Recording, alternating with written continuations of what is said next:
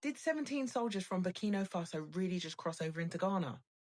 Well, that's what multiple Ghanaian news outlets are saying. Allegedly, they were armed with grenades, sandbags, and heavy weapons. They were spotted by Wuru near Upper West border. So the story is that locals clocked it, Ghanaian forces moved in, and the men were detained. And then they were quietly sent back. There's no BBC, Reuters, or AFP coverage, but City Newsroom, MyJo Online, and Yen all reported it. And international outlets sometimes move slow on African stories that don't go viral. That's why we asked the questions. So, according to the story, the men told Ghanaian officials that they were Burkinabe soldiers on routine patrol who got lost. But there's no official statement from Burkina Faso's government, no ownership, no apology, and a lot of silence. And in this region, silence isn't neutral. Some say it was a mistake, others think it could be a tactic, a soft probe to maybe test Ghana's response, not to invade, but to see if we step past the line, will you stop us or will you stay quiet? If you recall, Burkina Faso recently held Nigerian soldiers after an unauthorized landing and called it a violation of sovereignty.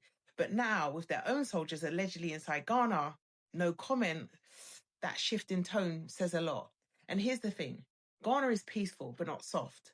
It's actually one of the most stable countries in the region, but it's also part of ECOWAS and one of the last democratic holdouts in a region shifting towards military rule. Burkina Faso, Mali, and Niger have all left the bloc and built their own alliance, pulling closer to Russia.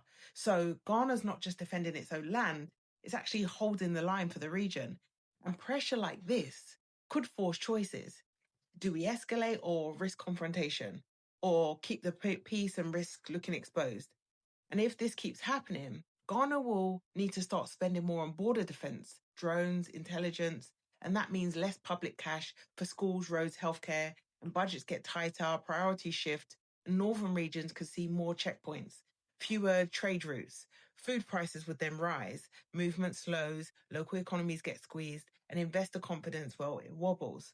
Because no one wants to put money in a region that feels unstable. And Ghana's already under financial pressure. I mean, it's managing debt, under IMF support, restructuring bonds, and meeting targets. So if defense spending rises, Ghana could be forced to make trade-offs, not necessarily because it wants to, but because strategy demands it.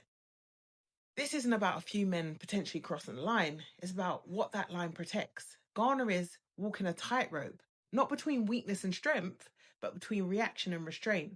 And silence in this case might not mean peace. It might mean pressure.